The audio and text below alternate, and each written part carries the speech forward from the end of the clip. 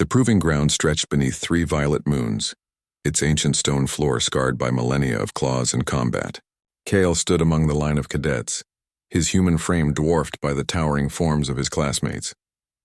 The Vrax to his left stood nearly 3 meters tall, armored scales gleaming in the moonlight. The insectoid Chithar on his right clicked its mandibles nervously, compound eyes reflecting a kaleidoscope of fear. Today was the bonding trial. Today, they would meet the war beasts. Commander Rin paced before them, her forearms crossed in a gesture of stern authority.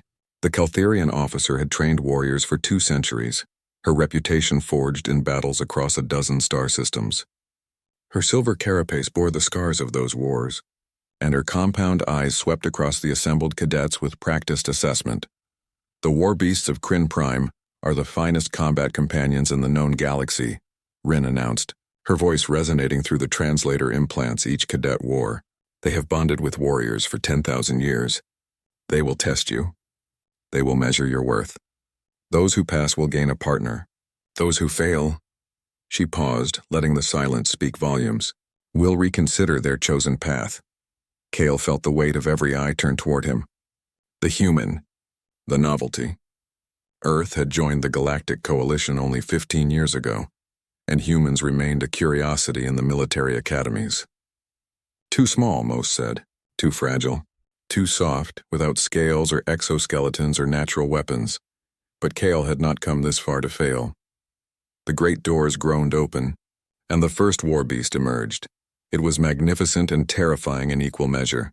4 meters of rippling muscle, 6 legs ending in claws that could rend starship hulls, a head crowned with horns that crackled with bioelectric energy.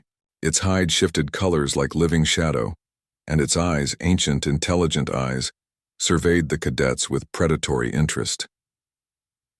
The Vrax cadet stepped forward first, chest puffed with confidence. The war beast approached, circled, and released a growl that shook the stone beneath their feet. The Vrax held firm, returning the growl with one of his own, a display of strength and dominance. The war beast lunged. The Vrax stumbled backward, caught himself, but his scales had paled. The beast had not attacked, merely tested. It turned away dismissively, and the Vrax hung his head in shame. Failed. One by one, the cadets approached. The Chithar tried to match the beast's movements, a dance of synchronization. The war beast growled and moved on. Failed.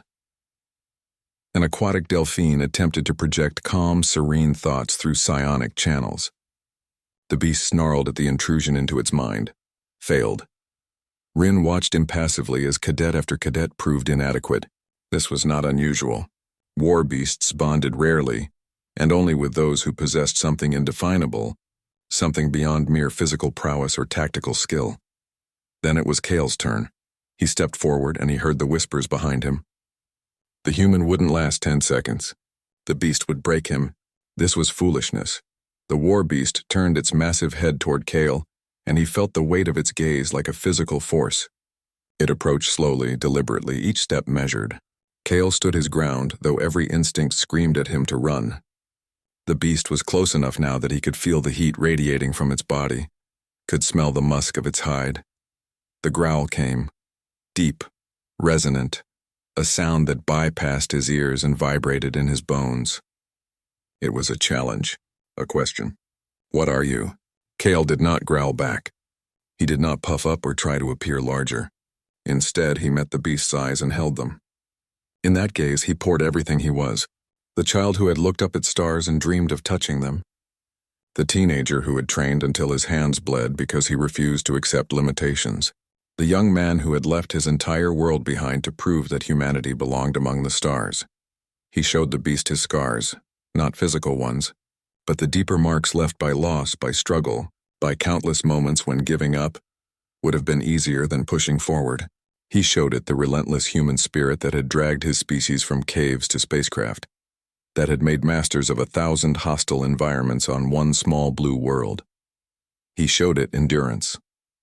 Not the endurance of thick hide or regenerating flesh, but the endurance of will, the uniquely human ability to suffer, to bleed, to break, and still impossibly continue. The war beast's eyes widened.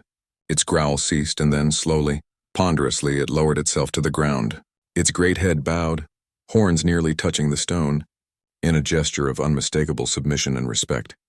The proving ground fell silent, Rin's forearms uncrossed, her posture shifting from stern assessment to genuine shock. In 200 years, she had never seen this. War beasts tested. They challenged. They accepted or rejected. But they did not kneel. They did not bow. They were apex predators, bred for battle, partnered with warriors, but never subservient. Kale reached out with a trembling hand and touched the beast's scaled snout. Warmth flooded through him, not through his translator implant, but through something deeper, older. A connection that transcended language or species. How? Rin breathed, approaching slowly. How did you do this? Kyle looked at his commander, then at the assembled cadets, their alien faces uniformly stunned. He thought about how to explain it, how to put into words what the beast had recognized in him. I didn't try to be stronger than it, Kyle said quietly. I showed it what humans are. We're not the biggest or the toughest. We don't have scales or claws. But we endure. We survive. We take wounds that should kill us and we keep fighting, not because we're too stupid to quit, but because we choose not to. Every single time, the war beast rumbled, not a growl now, but something almost like a purr. It stood, and Kale instinctively placed his hand on its shoulder. The connection between them thrummed with potential, with partnership. The war beast recognizes a kindred spirit, Rin said slowly, understanding dawning in her ancient eyes. A survivor, a warrior not of body but of spirit. She regarded Kale with new respect. Perhaps we have underestimated your species, human. Kale smiled. Everyone does once.